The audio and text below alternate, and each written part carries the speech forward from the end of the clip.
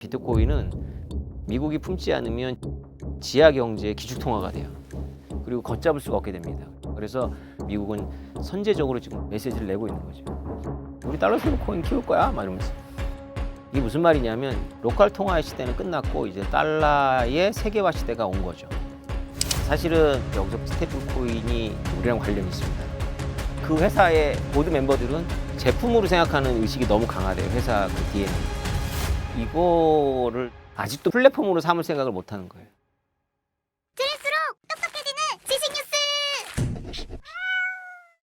지금 저 이상 똑똑하신 분들이 다 파악을 했을 겁니다. 아, 트럼프 대통령의 말과 글은 허장성세가 있구나. 그래서 우리는 트럼피즘이라는 현상을 주의 깊게 봐야 되는데 좀 조심할 게 있습니다. 트럼프하고 트럼피즘을 좀 구별해야 돼요. 특히 트럼프의 말과 글은 조심해야 됩니다. 제가 좀 과격하게 말하면 트럼피즘에 있어서 트럼프의 말과 글은 노이즈다. 그럼 누구 말을 들어야 되냐면 최근에는 재무장관인 스콧 벤센트가 트럼피즘을 잘 설명하고 있습니다. IIF라는 세계 금융 클럽에 가서 이분이 아주 의미심장한 말을 했습니다. 뭐라 그랬냐면 트럼프 대통령의 구호인 미국을 위대하게는 미국 홀로 위대하게가 아니다. 우리는 동맹들과 같이 간다. 그리고 중국과 디커플링이 목적이 아니다 라고 하면서 이미 그때부터 관세가 타협용이라는 것을 암시했죠. 네, 그래서 자산시장이 쭉 올라갔고요. 지난 주말에는 스위스에서 미중 간의 결정적인 타협점이 생겨서 양측 전부 100%포인트 이상의 관세 인하를 했습니다. 그래서 지금 이렇게 회복되고 있는 장세는 지난 3달 동안의 조정을 거치고 나서의 상승이기 때문에 생각보다는 견고하다고 생각을 하고 있습니다. 네, 안녕하세요. 오태윤입니다. 비트코인 관련해서 책 쓰고 강연하고 프로젝트를 진행하고 있습니다. 지금 유동성 장세가 아무래도 내년 중반까지는 갈 거라는 게 이제 전문가들의 예측이거든요. 그러면 유동성 장세면은 비트코인에게도 굉장히 유리하죠. 왜냐하면 전문가들이 분석해 본 바에 의하면 비트코인하고 상관관계가 가장 높은 게 글로벌 M2라는 지표입니다. 그래프를 보면 제가 볼 때라도 신기할 정도로 일치하고 있거든요. 글로벌 M2에 대해서 비트코인 가격이 딱 3달 후행하더라고요. 90일. 글로벌 M2라는 게 유동성인데 미국 연준이 이자율을 내리건 동결하건 간에 글로벌 M2가 계속 증가하고 있습니다. 그래서 만약에 이 상관관계가 계속 유지가 된다면 비트코인도 당분간 올해 말과 내년 초까지는 좋은 시장이 오지 않을까 이런 예상을 할 수 있죠. 사실은 미국은 비트코인이 갖고 있는 구조상 미국은 비트코인을 없애든지 품어야 됐습니다. 비트코인을 없앨 수 있으면 없애야 되는데 없앨 수 없다면 왜 품어야 되냐면 비트코인은 미국이 품지 않으면 지하 경제의 기축통화가 돼요. 그리고 걷잡을 수가 없게 됩니다. 그래서 이 불을 끌려면 맞불을 놔야 되는 것처럼 미국은 선제적으로 지금 맞불을 놓고 있는 중이라고 생각하시면 됩니다. Yesterday, I signed an executive order officially creating our strategic Bitcoin reserve, and this will be a virtual Fort Knox for digital gold to be housed within the United States Treasury. That's a big thing, Scott. 그러니까 미국은 이런 선택을 할 수밖에 없을 겁니다. 왜냐하면 지금 미국의 국채 문제가 매우 심각합니다. 미국이 그 국채에다가 내는 이자 비용이 작년부터 국방비의 비용을 앞서기 시작했습니다. 미국의 국채 문제가 해결되지 않으면 미국의 항공모함이 순찰 돌 수가 없고요. 미국의 항공모함이 순찰 돌 수가 없으면 일단 유조선이 평화롭게 왔다 갔다 할 수가 없고 컨테이너 선들이 왔다 갔다 할 수가 없습니다. 유조선하고 컨테이너선은 엄청나게 크지만 엄청나게 느려서 기관총으로 무장한 소형 보트 한 3-4대로 납치가 됩니다. 그건 뭐냐 하면 국제 무역의 정지입니다. 미국이 국채 문제를 해결해야지 미국 국방비에 계속 돈을 쓸 수가 있는 겁니다. 근데 미국이 계속해서 이렇게 잘못된 선택을 계속 해온 것도 있고 세계 구조적인 불균형이 확장된 것도 있는데 결국은 미국이 코너에 몰린 상태입니다. 미국의 지금 국가 부채가 36조 달러인데 매년 2조 달러씩 증가하고 있고요. 미국은 계속 재정 적자를 볼 거기 때문에 국채를 추가로 찍어내야 되고요. 사람으로 따지면 카드 돌려막기가 시작된 지 꽤 됐습니다. 그래서 이 국채 문제를 해결하는 방법은 미국의 무역 적자를 해결하든지 아니면 동맹국들과 미국과 무역하는 나라들한테 야 우리 채권 100년 있다가 갚을게 라고 해서 100년 채권으로 바꿔주든지 이런 방법밖에 없는 상태인 거죠 지금. 거기에 스테이블코인이 사용될 수 있나요? 그렇죠. 달러 스테이블 코인이나 다 관련 있습니다. 지금 트럼프 행정부가 그리고 있는 세계 구조 개혁의 밑그림에 굉장히 중요한 솔루션으로 삼고 있는 중이라고 생각하시면 됩니다. 그러니까 스테이블 코인이 하나의 단기적인 해결책으로 지금 부상을 한 겁니다. 지금 미국의 채권을 사야 될 중국이 안 산 지 꽤 됐고요. 약간씩 줄여나가고 있고요. 일본이 양을 많이 늘렸는데 일본이 한계에 도달했고요. 이런 상황에서 미국의 단기 국채에 대한 엄청난 수요가 있는데 그것을 이제 받아줄 수 있는 수요량이 어디서 올까를 생각해 보면 결국은 돌파구는 달러를 외국인들이 사는 방식이어야 되거든요. 그래서 미국 달러를 외국인들이 산다라는 것은 사실은 80년 체제의 종언을 의미합니다. 80년 체제라는 거는 1944년도에 시작된 브레튼 우드 시스템을 말하는데요. 브레튼 우드 시스템은 여러 가지 특징이 있지만 개별 국가의 주권을 강조하는 시스템입니다. 그러기 위해서 케인즈하고 덱스터 화이트가 금을 세계화해서 제거했어요. 그래서 브레튼 우드 시스템은 쉽게 말하면 천재적인 경제학자들이 모여갖고 금을 교살한 사건입니다. 19세기에는 돈으로 쓰였던 금이 1944년부터는 담보물이지 돈으로 쓰이지 않기 시작했고요. 1971년도에는 그마저 담보물에서도 제거됐죠. 그래서 세계에는 세계화폐 없이 지금까지 오고 있었는데 만약에 미국의 단기 국채 문제를 해결하기 위해서 달러 스테이블 코인을 확장한다는 건 뭐냐면 여러분들이 생활 속에서 달러를 보유한다는 의미고요. 여러분만이 아니라 짐바브웨나 베네수엘라라든가 이런 나라들의 국민들도 달러를 보유한다는 개념입니다. 그래서 로컬 통화의 시대는 끝났고 이제 달러의 세계화 시대가 온 거죠. 굉장히 큰 의미를 갖고 있는 사건입니다. 그래서 비트코인도 비트코인이지만 달러 스테이블 코인이 확장되면 중국의 국민들이 결국은 달러를 가지고 있게 되는 것이기 때문에 중국 정부가 위안화를 절하하기 위해서 위안화를 찍어내면 중국 인민들은 위안화 가치가 내려가니까 스마트폰으로 간단하게 달러로 옮겨갑니다. 그러면 위안화를 절하하려고 했던 중국 정부의 의도는 광화돼서 위안화가 그냥 폭락하게 되고요.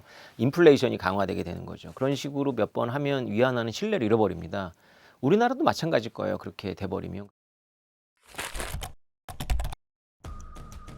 중국이 미국 국채를 던지더라도 미국이 그렇게 큰 영향을 안 받을 수도 있겠네요. 그렇죠. 그게 늘 이제 미국이 중국에 대해서 가지고 있는 안보 불안이 두 개가 있습니다. 하나가 뭐냐면 미국 국채를 던지는 것과 하나가 히토류 금지하는 거거든요. 중국이 히토류 판매를 금지하면 미국의 제트기를 생산할 수가 없습니다. 如果中国的贸易管制导致中重稀土出口彻底停止，美国将无力填补这一缺口。美国航母的情况只会雪上加霜。 그래서 히토류는 뭐 반도체나 이런 전략 무기에 들어가는 건데 히토류는 어떤 대안이 있냐면 히토류는 미국에서도 납니다. 그리고 미국에서 더 많이 생산했었어요, 한때는. 근데 히토류라는 게 얼마나 희귀한 금속이냐 하면 빵에 소금이 들어가 있잖아요. 빵에 들어가 있는 소금 양의 비율로 들어가 있다는 겁니다. 그래서 빵을 다시 분해해 갖고 소금을 채취하는 거죠.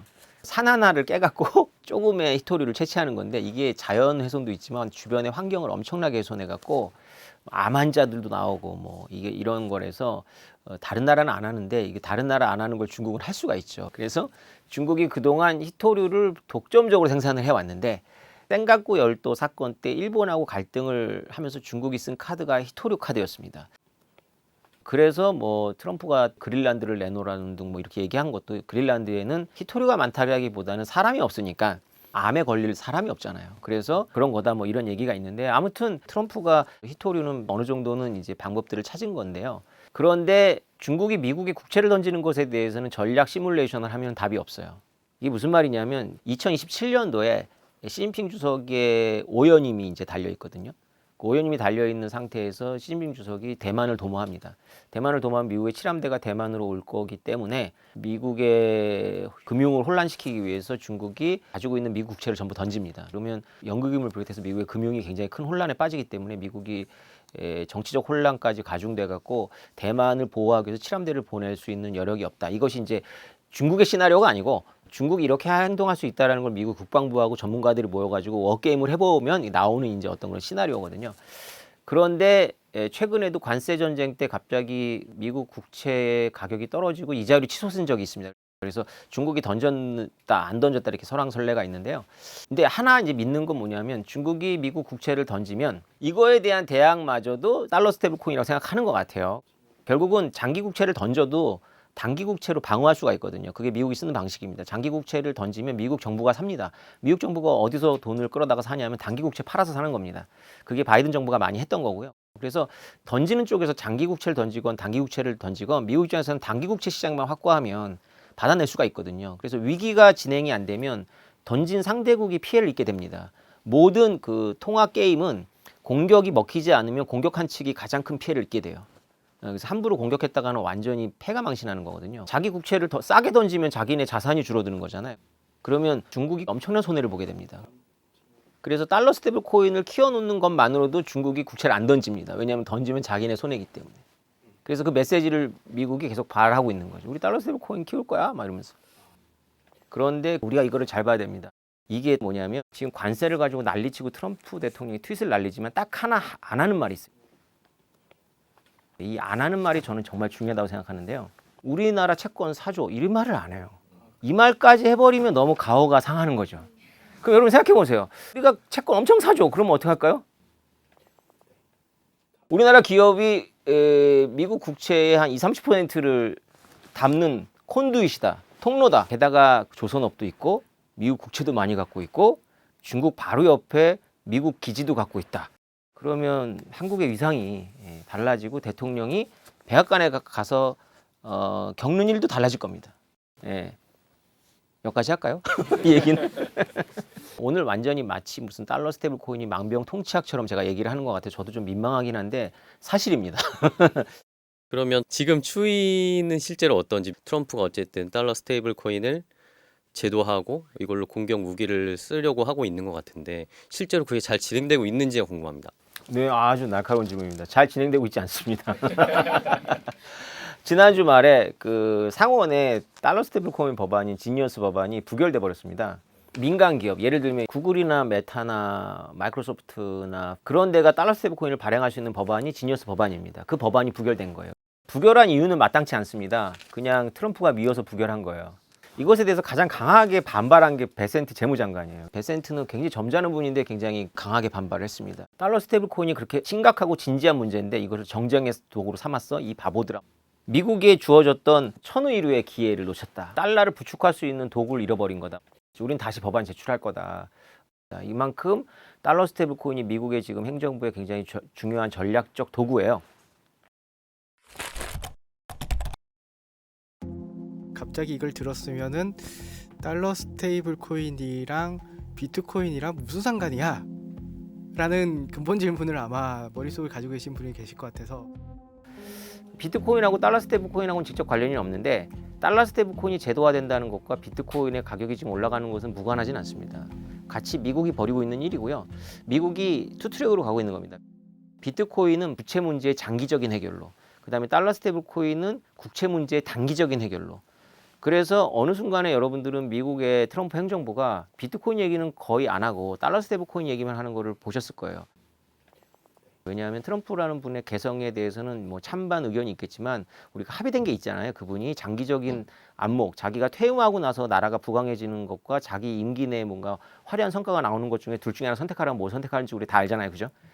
달러 스테이블 코인은 임기 내에 뭔가 화려한 성과를 낼 수가 있는 건데 비트코인은 20-30년 기다려야 되거든요.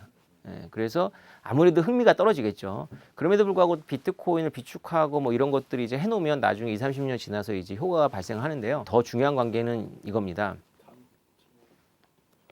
이게 지금 단지 무슨 우리가 얘기했던 지정학적인 이런 게 아니라 지금 메타버스라는 세계인들의 거대한 금융 무역 플랫폼을 만들고 있는 중이거든요. 근데 지금 메타버스 했는데 유일하게 성공한 메타버스가 무역 금융망이 아니고요. 게임망입니다. 메타버스는 사실 국경이 없지 않습니까? 우리나라하고 미국하고 중국 사람들이 게임을 할 때 무슨 국경이 없지 않아요. 막 그냥 모여가지고 플랫폼에서 게임을 하지 않습니까? 그래서 국경을 초월한 화폐를 만들겠다는 꿈을 왜 안 꾸겠습니까? 모든 게임 회사들의 로망이 자기 화폐를 만드는 겁니다. 자기 화폐를 만들어야 자기네들 게임에서 사용하는 아이템들이 가치를 갖게 되고 그 거래를 하면서 그 거래 수수료라는 가두리 양식을 할 수가 있는 거거든요. 근데 그것이 플랫폼 밖에서 원화하고 교환을 해야 되기 때문에 그것이 전부 뭐 국가 경제에 기속이 돼버리는 거죠. 더군다나 이제 국경을 넘기도 어렵고요. 지금까지는 정부가 틀어막았던 거죠. 그러니까 브레튼 우드 시스템이라고 하는 로컬 통화의 어떤 독립성을 전제로 국경 없이 메타버스 상황에서 거래를 하더라도 이것이 화폐적 속성을 가지면 안 돼라고 하는 것이 지금까지의 분위기였는데 이제 달러 스테이블 코인은 국경 없이 다니는 거니까 달러 스테이블 코인과 고정이 되는 삼성페이, 구글페이, 네이버페이가 나온다면 그것은 달러예요.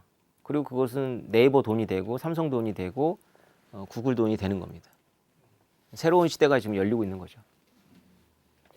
이거는 쉽게 논리적으로 쉽게 생각이 됩니다. 그래서 아마도 베센트의 머리에는 있지 않을까. 메타버스의 기축 통화를 달러로 하는 것의 돌파구가 달러 스테이블 코인이라는 것 정도는 대통령도 알고 있지 않을까.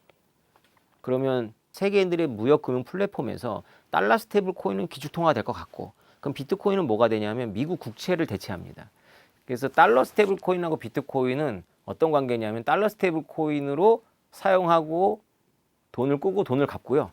이것에 대한 담보물이 비트코인이 됩니다. 이게 무슨 말이냐면 금융을 보면 단기 금융이 있는데 단기 금융은 수억 달러를 하룻밤 동안 꿔주고 다시 받는 겁니다. 우리 같은 사람은 해당 사항이 없고요. 세계의 주요한 은행들 간에 이렇게 합니다.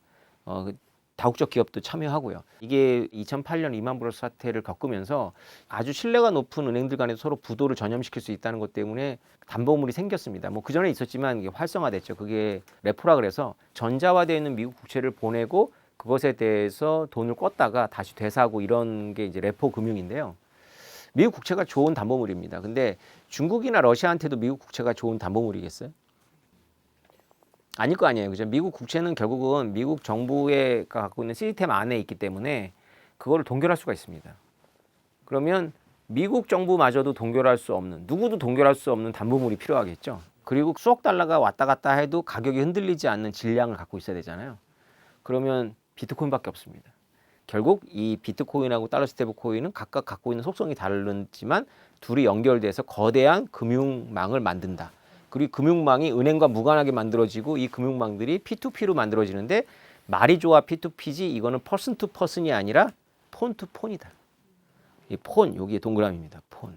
우리랑 관련이 있습니다. 이게 무슨 말이냐면 달러 스테이블 코인은 단말기에서 단말기로 이동을 합니다. 어떤 게 가장 우리가 친화적인 단말기예요? 스마트폰이죠. 그럼 스마트폰을 세계에서 제일 많이 파는 기업이 혹시 어느 기업인지 아세요? 나라로는 어떻게 되냐면 우리가 2위입니다. 1등이 우리의 2배 정도 되는 중국입니다. 근데 여러분들 일론 머스크가 테슬라 폰 만든다는 얘기 들으셨죠? 테슬라 폰 50만 원대에 만들 가능성이 높습니다. 그리고 그거는 스타링크로 이렇게 하는 거죠. 그럼 일론 머스크가 제가 지금까지 떠든 거를 안다 모른다? 알고 있습니다. 우리나라 그 회사의 보드 멤버들이 안다 모른다? 네? 우리나라 지금 대선 후보들은 알고 있다 모르고 있다? 네, 모르고 계십니다. 네, 그래서 제 전망은 실기할 가능성이 매우 높습니다. 네, 사실 눈이 빠르다면 미국의 기업이 움직이기 전에 움직였어야죠. 그 회사의 보드 멤버들은 그 제품으로 생각하는 의식이 너무 강하대요. 회사 그 DNA가. 이걸 플랫폼으로 삼을 생각을 못 하는 거예요.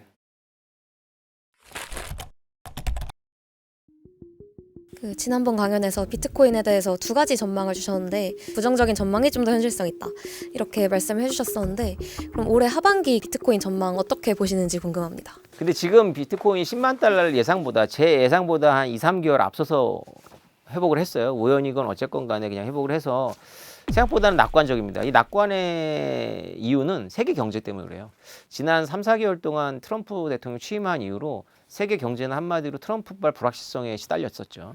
그런데 트럼프의 패를 우리가 대충 이해를 했고 또 트럼프 스스로도 이제 중간 선거가 있기 때문에 경제를 끌어내릴 수는 있지만 망칠 수는 없는 거죠. 그래서 트럼프한테도 어느 정도 이렇게 그 제한이 있다라는 거 우리가 눈치를 챘고 그리고 중국도 지금 여러 가지 이유가 있는 것 같은데 어쨌건 미국하고 전향적으로 전쟁이 아니라 뭐 경제 전쟁이 아니라 좀 협력적으로 방향을 틀고 있는 거 우리가 느끼기 때문에 비트코인이 억눌렸던 그런 반감기 효과가 다시 나오고 있는 것 같아서요. 지난 2월 달에 와서 얘기했을 때보다는 좀 낙관론에 좀 이렇게 힘을 실고 있고요. 무엇보다 약달러. 달러 약세는 비트코인에 굉장히 좋습니다. 왜냐하면 비트코인은 달러로 표시된 자산이기 때문에 달러가 낮아질수록 비트코인은 올라가는 경향이 있죠. 그 점도 이제 비트코인 낙관론에 힘을 실을 수 있는 이제 하나의 지점인데요. 여기서 이제 제 희망과 현실과의 이제 괴리를 좀 말씀드릴게요. 제가 희망하는 건 올해 안에 막 2억 원이 넘고 우리나라 돈으로 2억 5천만 원이 되고 이런 걸 전혀 희망하지 않습니다. 여러분들은 희망하시죠? 비트코인 갖고 계시면. 저는 이런 거를 여러 번 봤거든요. 만약에 올해 안에 만약에 2억 5천 원 넘고 3억을 간다면 그 분명히 거품이고요. 그거는 싱크홀처럼 무너집니다. 싱크홀처럼 무너지면 순간적으로 내년 중반에는 1억 미만으로 떨어져요.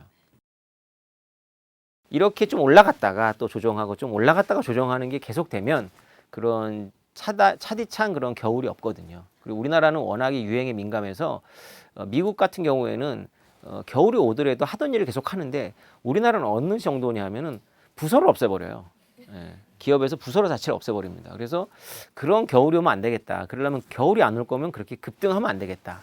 이런 제 바람입니다. 그런데 이건 제 바람이고요. 서서히 오르는 자산은 아무것도 없습니다. 결국은 끌어올리고 결국은 내리꽂습니다. 그래서 이런 요동은 피할 수가 없는데 여러분들이 한 가지 또 참고해야 될 건 이게 있어요. 이번에 제가 이 봄에 이렇게 완만한 시장을 보면서 제가 무슨 생각을 했냐면 역시 기관의 힘이다. 작년에 비트코인이 제도화되지 않습니까? 우리는 트럼프 당선만 보고 있는데 작년 1월 달에 바이든 정부에서 비트코인 ETF가 승인됐습니다. 그러면서 비트코인 130만 개가 기관을 통해서 구입이 된 거거든요. 아마도 기관을 통해서 구입한 분들은 물론 비트코인 10배가 한다면 너무 좋겠지만 그런 걸 기대하는 그런 돈이 아닙니다. 일종의 뭐 비상관 자산으로서 파킹하는 것도 있고요. 조금 가격이 올라줄 거를 예상해서 하는 게 있어요. 그래서 ETF 유입과 유출을 보면 반복적입니다. 오르면 과감하게 익절합니다. 네, 그래서 계속 오른다 이런 기대감이 없어요. 내리면 개인들은 어떻게 합니까? 멀리 하잖아요. 그때 과감하게 들어오더라고요.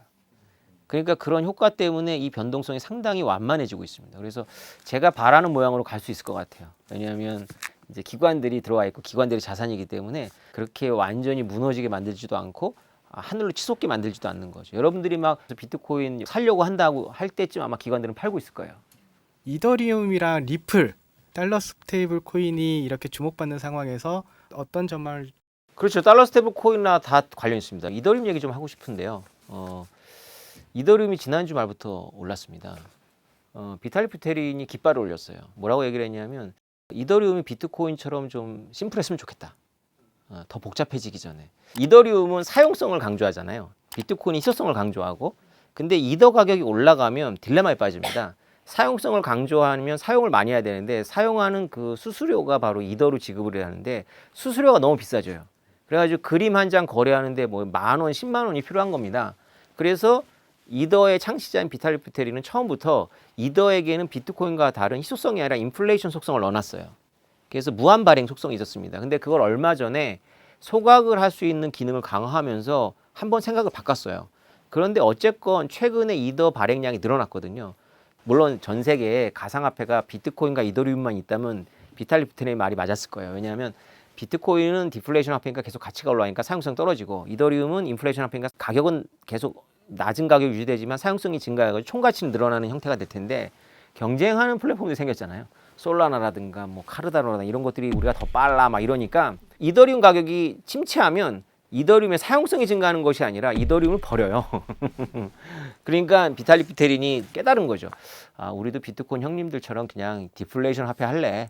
비트코인처럼 메인넷을 심플하게 갖고 가고 복잡한 거는 사이드 체인으로 하고 중요한 기록만 이더리움에다가 새겨라. 여기까지 따라오지 않은 분들은 이더를 투자하시면 안 되는 겁니다. 적어도 이더를 투자하려면 자기 종목을 이해해야 되는 거니까 제가 지금 한 말 정도는 이해를 하셔야 돼요. 이더리움이 회복이 돼야 결국은 우리가 생각하는 건 알트 장세가 오는 거거든요. 이더리움은 하나의 코인이 아니라 이더리움의 플랫폼에서 수많은 토큰 프로젝트들이 진행이 되고 있기 때문인데요. 그리고 아무도 리플을 기업형 블록체인이라고 하고 있지는 않습니다. 그런데 사실 리플이 기업형 블록체인이에요. 왜냐하면 리플랩스라는 XRP의 리플랩스라는 그 회사는 일반 회사처럼 경영을 합니다. 리플을 팔면서 여러 가지 그 협력 업체들을 끌어안고 뭐 은행들인데 주로 이렇게 하면서 오랫동안 경영을 해왔고요. 그리고 로비 자금을 엄청나게 썼습니다. 미국은 로비가 불법이 아니기 때문에 트럼프 당선에 베팅을 많이 했고요. 트럼프 당선에 현격하게 돈으로서는 기여를 했나 봐요. 그래가지고 트럼프 행정부가 꼭 리플을 껴줘요. 그 가상자산 어떤 대회를 하면. 그래서 그게 리플 투자자, XRP 투자자의 희망이고요. 그래서 약간 여기에 음모론을 덧붙이면 뭐 트럼프 일가가 리플을 엄청 갖고 있기 때문에 트럼프가 집권하고 있는 동안에는 뭐 엄청나게 오를 거다라고 이제 예상들을 하는데 이건 어디까지는 음모론이라서 다만 리플이 기업형 블록체인을 주창하면서 달러 스테이블 코인 허가를 받아냈거든요. 그래서 리플도 달러 스테이블 코인 시장에 들어왔습니다. 이더리움은 달러 스테이블 코인이 발행되는 플랫폼이고요. 리플도 플랫폼이 될 수 있지만 어쨌건 리플 스스로 달러 스테이블 코인을 발행하고 있고요. 발행은 이제 확장하겠죠. 그래서 둘 다 지금 미국이 애국주의, 리플은 애국주의의 물결 속에서 미국산 코인이라는 이미지를 갖고 있고요. 이더리움은 이런 달러 스테이블 코인이 발행되는 그 유통되는 경로에서 가장 많은 파일을 갖고 있는 플랫폼이기 때문에 게다가 그 공동 창시자가 여태까지 방향과는 다른 방향으로 갈래라고 선언했고 그래서 둘 다 뭐 투자로서는 그렇게 나쁘지 않은 선택이지 않을까 그런 생각을 합니다. 우리가 비트코인을 외면하고 살 수 있으면 좋을 텐데 외면하게 살 수 없을 겁니다. 지금 여러분들이 보시는 게 오래전부터 어쩌면 예견돼 있었던 거죠. 우리는 세계 체제에 편입되어 있는 나라이기 때문에 지금 제가 오늘 떠든 이야기는 한국에 있는 상업은행들의 이슈고요. 한국의 빅테크들의 이슈입니다. 바로 우리의 문제예요. 근데 여러분들은 또 어느 거래소가 해킹을 당했다는 소식을 듣게 될 거고요. 또 비트코인을 흉내내려고 했던 수많은 알트코인들이 또 러그풀이라 그래가지고 가격 오르면 막 빼버리는 거죠. 그래가지고 어느 순간에 90% 자산이 날라갔다라고 하면 그건 좀 과장하는 경향이 있습니다. 진짜로 사람들은 이렇게 생각합니다.